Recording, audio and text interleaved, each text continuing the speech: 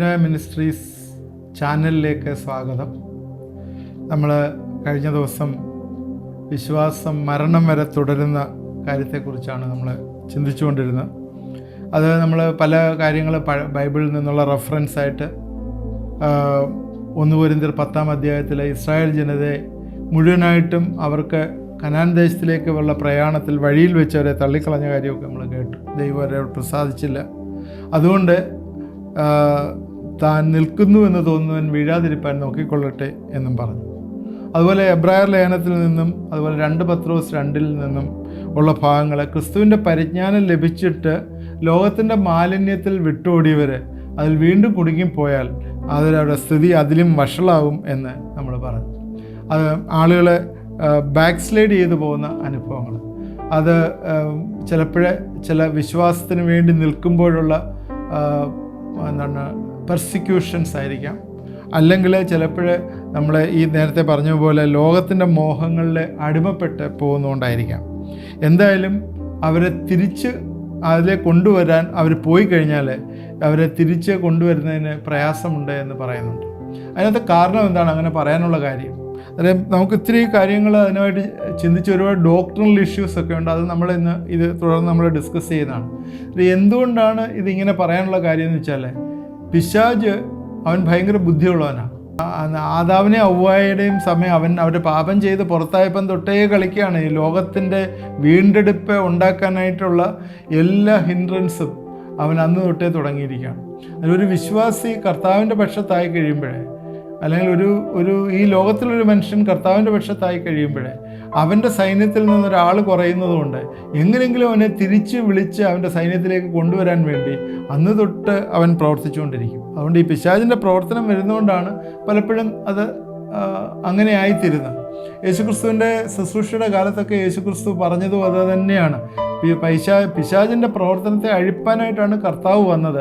എപ്പോഴും പറയുന്ന കാര്യമാണ്, അവൻ്റെ കെണിയിൽ നിങ്ങൾ അകപ്പെട്ടു പോകരുത് എന്ന് പറയുന്നു. എന്താണത്? കെണിയിൽ അകപ്പെട്ടു പോയാൽ അവസാനം നിത്യ നരകത്തിൻ്റെ ഒരു അനുഭവം വന്നു ചേരും എന്നുള്ളത് കൊണ്ടാണ്. അതുകൊണ്ട് ഒരിക്കലും ആ ഒരു കെണിയിൽ അകപ്പെട്ടു പോകാതിരിപ്പാനായിട്ടും അതുപോലെ കർത്താവിൻ്റെ നിത്യരാജ്യത്തിൻ്റെ അവകാശത്തിലേക്ക് പ്രവേശിപ്പാനായിട്ടും ദൈവം യേശുക്രിസ്തു അതുകൊണ്ടാണ് ഒരുപാട് കാര്യങ്ങൾ അന്നത്തെ ശിഷ്യന്മാരെയും അന്നത്തെ ലോകത്തെയും പഠിപ്പിച്ചത്. ലൂക്കോസ് 16:13 2 യജമാന്മാരെ ആർക്കും സേവിക്കാൻ കഴിയുകയില്ല എന്ന് നമ്മൾ കാണുന്നുണ്ട്. അതുകൊണ്ട് നമ്മുടെ വിശ്വാസ ജീവിതം ഭയത്തോടെ ആയിരിക്കുകയും നമ്മൾ ഓട്ടം തികയ്ക്കുകയും ചെയ്യണം. ഇന്ന് വിശ്വാസ ത്യാഗം വന്നുകൊണ്ടിരിക്കുന്ന ഒരു സാഹചര്യങ്ങളാണ് നമുക്ക് കാണുന്നത്. കാരണം എന്താണ്? പലപ്പോഴും നമ്മൾ കാണുന്ന സയൻസ് പ്രോഗ്രസ് ചെയ്യുന്നു, അതിനെല്ലാം പ്രൂഫുകളുണ്ട്. സയൻസ് പറയുന്ന കാര്യങ്ങൾക്കെല്ലാം പ്രൂഫുണ്ട്. എന്നാൽ ബൈബിളിൽ പറയുന്ന കാര്യങ്ങളോ അതുപോലെ ഇങ്ങനെയൊക്കെയുള്ള പ്രമാണങ്ങൾ അത് എങ്ങനെ വിശ്വസിക്കാൻ പറ്റും എന്നൊക്കെയുള്ള ചിന്തകൾ ഇന്ന് ആളുകളെ ഒരുപാട് ഭരിക്കുന്നുണ്ട്. അതുകൊണ്ട് സയൻസ് കാര്യങ്ങൾ പറയുന്നത് ശരിയാണ്, സത്യമാണെന്ന് നമ്മൾ വിചാരിക്കാം. എന്നാൽ വരുന്ന ദിവസങ്ങളിൽ ഓരോ നാളുകൾ കഴിയും തോറും പഴയ കാര്യങ്ങളെല്ലാം ഔട്ട്ഡേറ്റഡായി അത് സത്യമല്ല എന്നും പുതിയ കാര്യങ്ങൾ സയൻസ് കണ്ടുപിടിക്കുമ്പോഴേ കാണുന്നുണ്ട്. അത് പലപ്പോഴും സയൻസ് പറയുന്ന പല കാര്യങ്ങളും ബൈബിൾ പണ്ടേ പ്രവാചകന്മാരും അതുപോലെ ബൈബിൾ എഴുതിയ ആളുകളും അല്ലെങ്കിൽ അവരൊക്കെ പറഞ്ഞിരിക്കുന്ന കാര്യങ്ങൾ സത്യമാണെന്ന് തെളിയുന്ന കാര്യങ്ങളാണ് ഈ നാളുകളിലെ സയൻസ് കണ്ടുകൊണ്ടിരിക്കുന്നത്. അതിനാൽ മനുഷ്യനെന്ന് വിശ്വാസം വേണ്ട, ദൈവത്തെ വേണ്ട എന്നൊക്കെയുള്ള ചിന്തകൾ ധാരാളമായിട്ടുണ്ട്. മത്തായി 13:24 മുതലുള്ള വാക്യങ്ങളിൽ അവൻ സ്വർഗരാജ്യത്തെക്കുറിച്ച് വിത്ത് വിതച്ചതിനോട് സദൃശ്യമായിട്ടൊരു ഉപമ പറഞ്ഞിട്ടുണ്ട് യേശുക്രിസ്തു. എന്താണ് അതിലെഴുതിയിരിക്കുന്നത് ചോദിച്ചാൽ, മനുഷ്യൻ വിത്ത് വിതച്ചു, അവന് ഉറങ്ങുമ്പോൾ ശത്രു വന്ന് അതിൻ്റെ ഇടയിൽ കളയും വിതച്ചിട്ട് പോയി. പിശാച് എപ്പോഴും ഇങ്ങനെ വൈബ്രൻ്റായിട്ടിരിക്കുകയാണ്, കള വിതയ്ക്കാനും അതുപോലെ തെറ്റിച്ചുകൊണ്ട് പോകാനും ഒക്കെ ഇങ്ങനെ വൈബ്രൻ്റായിട്ടിരിക്കുകയാണ്. അതുകൊണ്ട് ഈ കള വിതയ്ക്കുമ്പോൾ തന്നെ അത് റിയലൈസ് ചെയ്യുകയും അത് പിഴുതു കളയുകയും ചെയ്തില്ലെങ്കിൽ അത് വളർന്ന് വിത്തിനെ കവർ ചെയ്ത് കഴിഞ്ഞാൽ നമ്മൾ ശരിക്കും ഒരു ബാക്ക് സ്ലൈഡിങ് ആയിട്ടുള്ളൊരു എഫക്റ്റിലേക്കായി തീരും എന്നുള്ളതാണ്. അതുകൊണ്ട് പിശാച് കള വിതച്ച് കഴിയുമ്പോൾ അത് വളരുന്നതിന് മുമ്പ് തന്നെ അത് പിഴുതു കളയണം. അതുകൊണ്ട് നമ്മുടെ വിശ്വാസം ഈ ദിവസങ്ങളിൽ വർദ്ധിച്ചു വരണം എന്നുള്ളതാണ് ആവശ്യം. അതുകൊണ്ട് വിശ്വാസം കാക്കുക എന്നുള്ളത് വലിയൊരു റെസ്പോൺസിബിലിറ്റിയാണ്. അത് നമ്മുടെ റെസ്പോൺസിബിലിറ്റിയാണ്. അത് വിശ്വാസം കാക്കുക എന്ന് പറയുമ്പോൾ പിശാച് പലപ്പോഴും കള്ളങ്ങൾ പറയും, പല കള്ളങ്ങൾ പറയും. ചില കാര്യങ്ങൾ പകുതി സത്യമാണ്. പകുതി സത്യം പറഞ്ഞു കഴിഞ്ഞാൽ അത് കള്ളമാണ്. യേശുക്രിസ്തുവിനെ പരീക്ഷിച്ച സമയത്ത് പിശാച് മരുഭൂമിയിൽ വെച്ചിട്ട് പകുതി സത്യം പറഞ്ഞു. എന്നാൽ ബാക്കിയുള്ള സത്യമൊക്കെ യേശുക്രിസ്തു അതിൽ പൂരിപ്പിച്ചു, ബാക്കിയെല്ലാം കൂട്ടിച്ചേർത്തു. അന്നേരം അതും ഈ നാളുകളിലുണ്ട്. പകുതി സത്യം പറഞ്ഞിട്ട് അത്രയും മതി, അല്ലെങ്കിൽ ഇങ്ങനെ മതി, ഇങ്ങനെ ആയാലും കുഴപ്പമില്ല എന്നൊക്കെ പറഞ്ഞ് നമ്മളെ ഒരു പൊത്തുപൊരുത്ത രീതിയിൽ കൊണ്ടുപോകാനായിട്ടുള്ള ഒരു ശ്രമം പിശാച് നടത്തും. അതുകൊണ്ട് ഇന്ന് നമ്മൾ കാണും ക്രിസ്ത്യൻ സമൂഹത്തിലൊക്കെ ഒരുപാട് തെറ്റായിട്ടുള്ള ചിന്തകൾ തന്നെയുണ്ട്. ക്ലിയറായിട്ടുള്ള ബൈബിളിലെ പ്രമാണങ്ങളും പ്രിൻസിപ്പിൾസിൽ നിന്നും ഡീവിയേറ്റ് ചെയ്തുകൊണ്ട് ഒരുപാട് തെറ്റായിട്ടുള്ള ചിന്തകളുണ്ട്. അതുകൊണ്ട് എന്താ കാര്യം എന്ന് വെച്ചാൽ ഒരു വളർച്ചയില്ലാതെ മുരടിച്ചിരിക്കുന്ന അനുഭവം ക്രിസ്തീയ ജീവിതത്തിൽ വരുന്നുണ്ട്. ഈ കുഞ്ഞുങ്ങൾ ജനിച്ചു കഴിഞ്ഞിട്ട് അത് വളർന്നില്ലെങ്കിൽ എങ്ങനെയായിരിക്കും? നമുക്ക് വലിയ ദുഃഖമല്ലേ? ഒരു കുഞ്ഞ് ജനിച്ച് 10 വയസ്സായിട്ടും 1 വയസ്സിൻ്റെ കൊച്ചിൻ്റെ അല്ലെങ്കിൽ 2 വയസ്സുള്ള കൊച്ചിൻ്റെ ചേഷ്ടകൾ മാത്രമേ കാണിക്കുന്നുള്ളെങ്കിൽ ആ കുഞ്ഞ് ജനിച്ചതിനേക്കാളും കൂടുതൽ വിഷമമായിരിക്കും. അതുകൊണ്ട് ജനിച്ചാൽ മാത്രം പോരാ, ക്രിസ്തീയ ജീവിതത്തിൽ വളരുകയും കൂടെ വേണം. എങ്കിൽ മാത്രമേ വിശ്വാസത്തിൽ മരിക്കാൻ സാധ്യമാവുള്ളൂ. അത് ഏറ്റവും പ്രധാനമായിട്ടുള്ളൊരു കാര്യമാണ്. ചില ആളുകൾ ചിന്തിക്കുന്നത് ഇങ്ങനെയാണ്: ഞാൻ കർത്താവിൽ വീണ്ടും ജനിച്ചാണ്, രക്ഷിക്കപ്പെട്ട വ്യക്തിയാണ്, ഇനി എനിക്ക് സ്വർഗത്തിൽ പോകാനുള്ള ലൈസൻസൊക്കെ ആയി, ഇനി എനിക്ക് എങ്ങനെ വേണമെങ്കിലും ജീവിക്കാം എന്ന് ചിന്തിക്കുന്ന ചില വ്യക്തികളുണ്ട്. കാരണം രക്ഷ ദൈവം സൗജന്യമായി തന്നതാണ്, അതൊരിക്കലും നഷ്ടപ്പെടുകയില്ല എന്നൊക്കെയുള്ള ചിന്തയിൽ ജീവിക്കുന്ന ചില ആൾക്കാരുണ്ട്. എൻ്റെ പ്രിയ കേൾവിക്കാർ, ഇതുമായിട്ട് ബന്ധപ്പെട്ട് റോമർ 6 തൊട്ട് 8 വരെയുള്ള അധ്യായങ്ങൾ വായിക്കണം. അത് ഇപ്പോഴേ ഞാനത് അതിനെക്കുറിച്ച് കൂടുതലായിട്ട് പറയുന്നില്ല, കാര്യം അത് പറഞ്ഞു കഴിഞ്ഞാൽ അത് തീരത്തില്ല. അത് നമുക്ക് പിന്നെ വേറൊരു സ്റ്റഡിയിൽ നമുക്കത് ചെയ്യാം. അത് പഠിക്കുമ്പോഴെങ്ങനെ നമ്മൾ പാപത്തിൽ നിന്ന് ജയം പ്രാപിച്ച് മുന്നോട്ടുള്ള ജീവിത പ്രയാണം എങ്ങനെ സാധ്യമാകും എന്ന് അതിലെഴുതിയിട്ടുണ്ട്. വേറൊരു സമയത്ത് നമുക്ക് അതിനെപ്പറ്റി കൂടുതലായിട്ട് പഠിക്കാം. എന്നാൽ വീണ്ടും ജന്മം പ്രാപിച്ച വ്യക്തിയുടെ രക്ഷ നഷ്ടപ്പെടുമോ ഇല്ലയോ എന്നുള്ള വലിയൊരു ചോദ്യം ഇന്ന് മുമ്പിലുണ്ട്. ചില ആളുകൾ ചോദിക്കും, അയ്യോ ഞാൻ ഒരു പാപം ചെയ്താൽ എൻ്റെ രക്ഷ പോവും. ചില ആളുകൾ ചോദിക്കും, അല്ല അതിൽ തന്നെ കണ്ടിന്യൂ ചെയ്താൽ പോകുമോ എന്നൊക്കെയുള്ള കാര്യങ്ങൾ ചോദിക്കും. 2 കൊരിന്ത്യർ 5:17 വാക്യത്തിൽ ഒരുവൻ ക്രിസ്തുവിലായാൽ അവൻ പുതിയ സൃഷ്ടിയാവുന്നു, പഴയത് കഴിഞ്ഞുപോയി, അത് പുതുതായി തീർന്നിരിക്കുന്നു എന്ന്. Christian is not an improved version.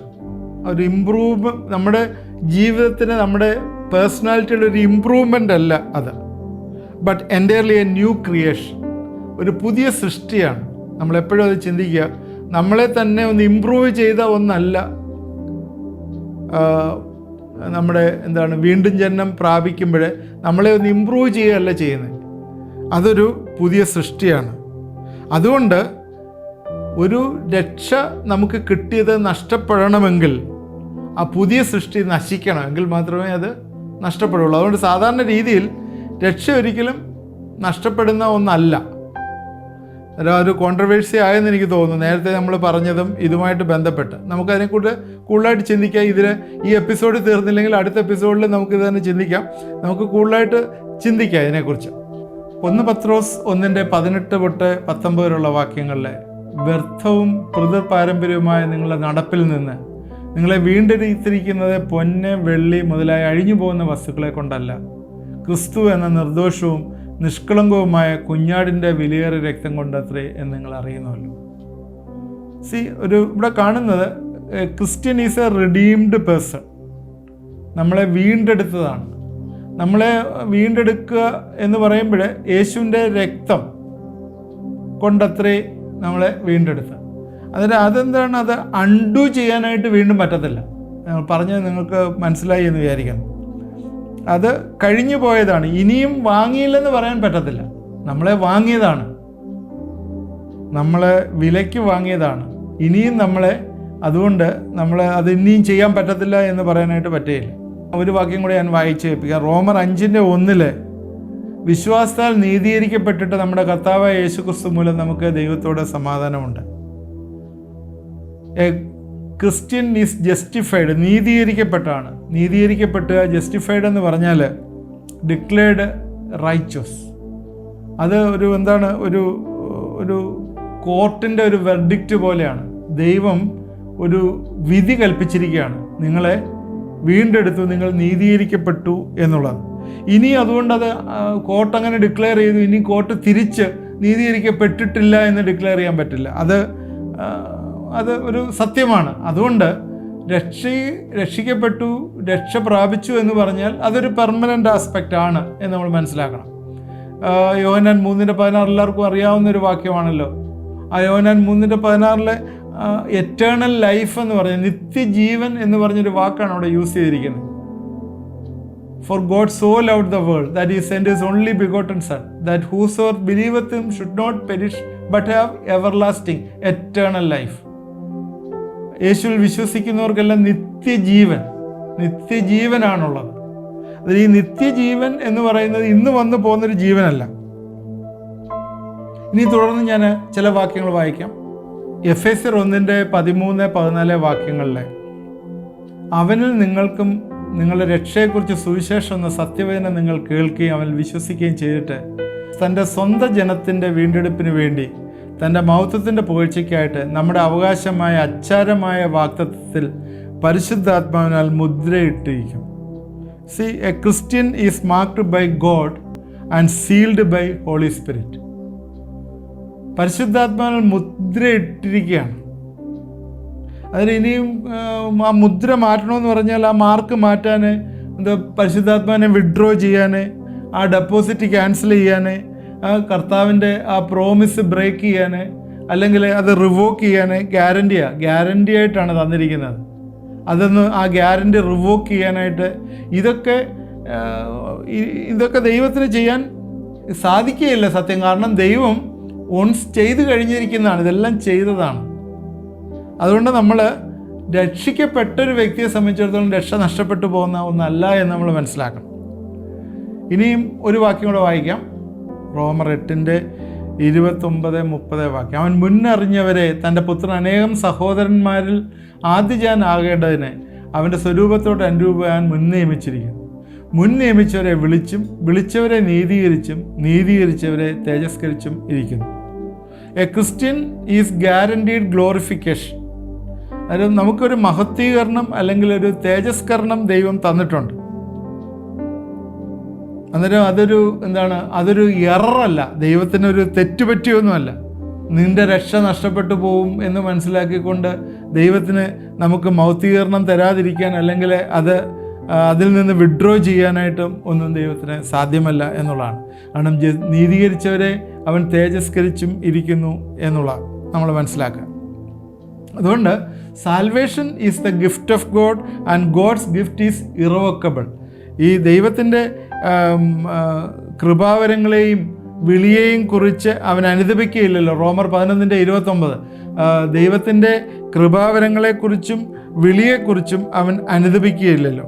അതുകൊണ്ട് നമ്മൾ മനസ്സിലാക്കേണ്ട ഒരു കാര്യം, ഒരിക്കലും നമുക്ക് ദൈവം തന്നിരിക്കുന്ന രക്ഷ നഷ്ടപ്പെട്ടു പോവുകയില്ല. അന്നേരം നമ്മൾ ബ്രദറെ ആളുകൾ ബാക്ക് സ്ലൈഡ് ചെയ്ത് പോകുന്നില്ലേ, അന്നേരം ഇതിന് നേരത്തെ പറഞ്ഞതിന് എതിരല്ലേ ഇത് എന്നുള്ള കാര്യങ്ങളൊക്കെ നിങ്ങൾ പലപ്പോഴും ചിന്തിക്കും. ശരിയാണ്, അതിനെക്കുറിച്ച് നമ്മൾ വീണ്ടും ചിന്തിക്കുക. ഇന്ന് നമ്മുടെ സമയം ഇവിടെ അവസാനിച്ചു. നിങ്ങളതുകൊണ്ട് നാളെ ഇത് ശ്രദ്ധ വെച്ച് കേൾക്കണം. രക്ഷ നഷ്ടപ്പെടുമോ ഇല്ലയോ എന്നുള്ള വിഷയമാണ് നമ്മൾ സംസാരിക്കുന്നത്. കാരണം ഇത് വലിയൊരു തിയോളജിക്കലായിട്ടുള്ളൊരു കാര്യമാണ്. ഇന്ന് 2 വിഭാഗത്തിലുള്ള ആളുകളുണ്ട്, കാൽവിനിസ്റ്റ് അതുപോലെ അർമേനിസ്റ്റ് എന്നൊക്കെയുള്ള 2 ചിന്താഗതികൾ, തോട്ട്സ് ഉണ്ട്. ഈ തോട്ട്സ് വെച്ച് 2 രീതിയിലും ആർഗ്യൂ ചെയ്യുന്നുണ്ട്. കാരണം ബൈബിളിലെ അതിനുള്ള വാക്യങ്ങളും ഉണ്ടല്ലോ. നേരത്തെ നമ്മൾ കഴിഞ്ഞ ദിവസങ്ങളെ എബ്രായർക്ക് എഴുതിയ ലേഖനത്തിൽ നിന്ന്, പത്രോസിൻ്റെ ലേഖനത്തിൽ നിന്നൊക്കെ വായിച്ച വാക്യങ്ങൾ ഇത് നമ്മുടെ രക്ഷയെക്കുറിച്ചുള്ള ഒരു ഗ്യാരൻറ്റിയെക്കുറിച്ചും ഒക്കെയുള്ള ഒരു ഡൗട്ട് അവിടെ നമ്മുടെ മനസ്സിൽ വരുന്നുണ്ട്. അതുകൊണ്ട് ഇതൊരു ക്ലിയർ ആയിട്ടുള്ളൊരു കാര്യം നമുക്കിത് ഡിസ്കസ് ചെയ്യുകയും നമ്മളിത് മനസ്സിലാക്കുകയും ചെയ്യണം. ഇതെന്താണ്, ഇത് രക്ഷ നഷ്ടപ്പെടുന്നതാണോ ഇല്ലയോ എന്നുള്ള കാര്യങ്ങൾ മനസ്സിലാക്കണം. അതുകൊണ്ട് എന്തിനാണ് ഇത് പറയുന്നതെന്ന് ചോദിച്ചാൽ, വിശ്വാസത്തിൽ മരിക്കണം. എൻ്റെ വഴി വെച്ച് എൻ്റെ രക്ഷ നഷ്ടപ്പെട്ടു പോയാൽ ഞാൻ സ്വർഗത്തിൽ പോകാനുള്ള സാധ്യത ഇല്ലാതെ പോകും. അതുകൊണ്ട് എൻ്റെ രക്ഷ നഷ്ടപ്പെടുമോ ഇല്ലയോ, എൻ്റെ വിശ്വാസം ഇത് മതിയോ എന്നൊക്കെയുള്ള ചിന്തകൾ നമ്മളെ ഈ ദിവസങ്ങളിൽ ഭരിക്കാനായിട്ട് നമ്മളതനുസരിച്ച് ചിന്തിക്കുകയും ഒക്കെ ചെയ്യാൻ വേണ്ടിയാണ് നമ്മളിത് പറയുന്നത്. തീർച്ചയായും ഇന്നത്തെ തിരുവചന കേൾവി നിങ്ങൾക്കെല്ലാം അനുഗ്രഹപ്രദമായി എന്ന് വിചാരിക്കുന്നു. തുടർന്ന് നാളെ ഇത് നിങ്ങൾ കേൾക്കണം. നിങ്ങളുടെ ഫ്രണ്ട്സിന് ഇത് ഷെയർ ചെയ്യുകയും അതുപോലെ നിങ്ങളുടെ പ്രെയർ റിക്വസ്റ്റ് അതിൽ പറയുന്ന നമ്പറിൽ അയച്ചു തരികയും ചെയ്യണം. എല്ലാ ദിവസവും 9 തൊട്ട് 10 വരെ യൂട്യൂബ് ചാനൽ നിങ്ങൾക്കിത് ലൈവായിട്ട് കാണാവുന്നതാണ്. ദൈവം നമ്മളെ അനുഗ്രഹിക്കട്ടെ. നമുക്ക് പ്രാർത്ഥിക്കാം. ഇന്ന് സ്പെസിഫിക്കായിട്ട് ചില രോഗികളെ ഓർത്ത് പ്രാർത്ഥിക്കുന്നുണ്ട്. ഇത് ഹാപ്പൻചുവലായിട്ട് പ്രാർത്ഥിക്കുന്നതൊന്നല്ല, ദൈവം സ്പെസിഫിക്കായിട്ട് ഇനിഷ്യേറ്റ് ചെയ്ത് പ്രാർത്ഥിക്കുന്നതാണ്. അതുകൊണ്ട് നിങ്ങൾ ഏത് അവയവത്തിലാണ് നിങ്ങൾക്ക് കേടുണ്ടെന്ന് വെച്ചാൽ നിങ്ങളുടെ വലങ്കരം ആ അവയവത്തിലേക്ക് വെച്ച് എന്നോട് ചേർന്ന് പ്രാർത്ഥിക്കുന്ന ദൈവം വലിയൊരു വിടുതൽ തരും. തീർച്ചയായും ദൈവത്തിൻ്റെ വലിയ അനുഗ്രഹങ്ങൾ ഈ ദിവസങ്ങൾ നമ്മുടെ മേലെ വരും എന്ന് പൂർണ്ണമായിട്ട് വിശ്വസിക്കുക. പ്രാർത്ഥിക്കാം. ദൈവമായ കർത്താവേ, ഈ സമയത്തിനായിട്ട് ഞങ്ങൾ നിന്നെ സ്തുതിക്കുന്നു. എൻ്റെ വചനം കേൾക്കുവാനായിട്ട് കർത്താവെ ഞങ്ങളെ സഹായിക്കുന്ന ഓർത്ത് സ്തോത്രം. രക്ഷയുമായിട്ട് ബന്ധപ്പെട്ട് ഞങ്ങളുടെ ജീവിതത്തിലുള്ള അതിൻ്റെ പ്രയാണത്തെക്കുറിച്ച് ഞങ്ങൾ ചിന്തിക്കുകയും ഒക്കെ ചെയ്യുന്ന സാഹചര്യങ്ങളിൽ കർത്താവെ അതിനെക്കുറിച്ച് വലിയൊരു ക്ലാരിറ്റി ഈ ദിവസങ്ങൾ ഞങ്ങൾക്ക് തരണമേ എന്ന് പ്രാർത്ഥിക്കുന്നു. കർത്താവെ, ഈ ദിവസങ്ങളിൽ നിൻ്റെ വലിയ സ്നേഹത്തിൽ ഞങ്ങളെ നിറയുവാനായിട്ട് ഞങ്ങളെ നീ പഠിപ്പിക്കണമേ എന്ന് പ്രാർത്ഥിക്കുന്നു. നീ ഞങ്ങളെ വീണ്ടെടുത്ത ദൈവമാണ്. നീ ഞങ്ങളെ വഴിയിൽ ഉപേക്ഷിച്ചിട്ട് പോകുന്ന ദൈവമല്ല. നീ ഞങ്ങളെ എന്നേക്കും നിൻ്റെ മക്കളും അവകാശികളുമാക്കി വെച്ചിരിക്കുന്ന ദൈവമാണ്. അത് ഞങ്ങൾ റിയലൈസ് ചെയ്യുവാനായിട്ട് ഞങ്ങളെ സഹായിക്കണമേ എന്ന് ഞങ്ങളെ പ്രാർത്ഥിക്കുന്നു. കർത്താവേ, ഇന്ന് ഞങ്ങളെ മാനസികമായിട്ട് പ്രയാസങ്ങളിലിരിക്കുന്ന ചില വ്യക്തികൾക്ക് വേണ്ടി ഞങ്ങളെ പ്രാർത്ഥിക്കുന്നു. കർത്താവേ, ചില രീതിയിൽ കർത്താവേ രാത്രിയിൽ ഉറങ്ങുവാൻ സാധ്യമാകാതെ ചില പ്രയാസങ്ങൾ അനുഭവിക്കുകയും കർത്താവെ അതുപോലെ ഒരു പേടി പോലെ തോന്നുകയൊക്കെ ചെയ്യുന്ന ചില വ്യക്തികളെ ഇത് കർത്താവെ കാണുകയും കർത്താവെ ഇതിനോട് ചേർന്ന് പ്രാർത്ഥിക്കുകയും ചെയ്യുന്നു. വലിയൊരു വിടുതൽ കർത്താവെ നീ അവർക്ക് അയച്ചു കൊടുക്കണമേ എന്ന് പ്രാർത്ഥിക്കുന്നു. കർത്താവെ, എല്ലാ ഭയവും നീ മാറ്റിക്കളയണമേ. ജീവിതത്തിലെ കർത്താവെ അൺസ്റ്റേബിളായിരിക്കുന്ന പല സാഹചര്യങ്ങളെ കർത്താവെ നീ സ്റ്റെബിലിറ്റി കൊണ്ടുവരണമേ എന്ന് പ്രാർത്ഥിക്കുന്നു. ഏതെങ്കിലും ഞരമ്പുകളിലുള്ള പ്രയാസങ്ങളാണെങ്കിൽ അത് നീ മാറ്റിക്കളയണമേ എന്ന് പ്രാർത്ഥിക്കുന്നു. കർത്താവെ, റേഡിയേഷൻ ആവശ്യമായിരിക്കുന്ന ചില വ്യക്തികളെ കാണിച്ചു തരുന്നു. ദൈവമേ, കീമോ കൊണ്ട് തന്നെ അതൊക്കെ അവസാനിക്കത്തക്ക രീതിയിൽ ആ ക്യാൻസറിലെ കർത്താവെ നീ പ്രവർത്തിക്കണമേ എന്ന് പ്രാർത്ഥിക്കുന്നു. നിനക്കൊന്നും അസാധ്യമായിട്ടുള്ള കർത്താവെ നിൻ്റെ കരങ്ങളിലേക്ക് സമർപ്പിച്ച് പ്രാർത്ഥിക്കുന്നു. ഹല്ലേലൂയ. നീ വലിയ വിടുതൽ കൊടുക്കുന്ന ദൈവമായിട്ട് സ്തോത്രം. നിൻ്റെ കരങ്ങളിലേക്ക് ആ വ്യക്തികളെ ഏൽപ്പിച്ച് ഞങ്ങളെ പ്രാർത്ഥിക്കുന്നു. ഏതൊക്കെ അസുഖമാണെങ്കിലും കർത്താവെ അവരുടെ വലം കൈ വെച്ച് ആ അവയവങ്ങൾ വെച്ച് പ്രാർത്ഥിക്കുന്നവരെ ദൈവമേ, ഇന്ന് രാത്രികാലം നിൻ്റെ വലിയ ഒരു അനുഗ്രഹം, വലിയൊരു നന്മ, ഒരു ക്രിയേറ്റീവ് മിറക്കിള് അവരുടെ ജീവിതത്തിൽ ഉണ്ടാകുവാനായിട്ട് നിൻ്റെ കരങ്ങളിലേക്ക് സമർപ്പിച്ച് പ്രാർത്ഥിക്കുന്നു. പ്രാർത്ഥന കേട്ടോർത്ത് സ്തോത്രം. യേശുക്രിസ്തുവിൻ്റെ നാമത്തിൽ പ്രാർത്ഥിക്കുന്നു, കേൾക്കുമാറാണമേ. ആമേൻ. നമ്മളെല്ലാവരെയും ദൈവം അനുഗ്രഹിക്കട്ടെ. തുടർന്ന് ഇത് വാച്ച് ചെയ്യണം. നാളെയും നമ്മൾ കാണാം. ദൈവം നമ്മളെ അനുഗ്രഹിക്കട്ടെ.